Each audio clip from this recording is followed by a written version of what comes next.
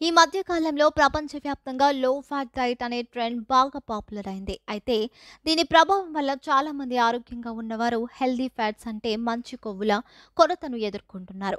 నిజానికి శరీర ఆరోగ్యానికి, రోగ నిరోధక శక్తికి, మెదడు పనితీరుకు, హార్మోన్ల సమతుల్యతకు మంచి కొవ్వులు తప్పనిసరిగా అవసరం. పోషకాహార నిపుణురాలు షర్మిస్టకర్ చెబుతున్నట్లు లో ఫ్యాట్ డైట్ వల్ల శరీరానికి అవసరమైన కొన్ని ముఖ్యమైన విటమిన్లు అందకుండా పోతున్నాయి. ముఖ్యంగా విటమిన్ సి మరియు విటమిన్ ఇ వంటి విటమిన్లు మంచి కొవ్వుల ద్వారా పుష్కలంగా శరీరానికి అందుతాయి. విటమిన్ సి శ్వేత రక్త కణాల పనితీరును మెరుగుపరిచి రోగ నిరోధక శక్తిని బలోపేతం చేస్తుంది. ఇది కొలాజన్ తయారీకి కూడా అవసరం. కొలాజిన్ అనేది చర్మం, ఎముకలు, కార్టిలేజ్, రక్తనాళాలు ఆరోగ్యానికి కీలకమైన ప్రోటీన్. విటమిన్ సి శరీరంలో ఐరన్ శోషణను మెరుగుపరచడంలో కూడా సహాయపడుతుంది. విటమిన్ ఇ ప్రధానంగా చర్మం, జుట్టు ఆరోగ్యాన్ని కాపాడుతుంది. ఇది ఒక శక్తివంతమైన యాంటీ ఆక్సిడెంట్ కూడా.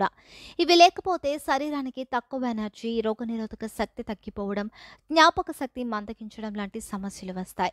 ఈ మధ్యకాలంలో మెనూలో ఫ్యాట్ అనగానే తప్పు అనుకునే ట్రెండ్ పెరిగింది. కానీ అన్ని కొవ్వులు హానికరం కావు.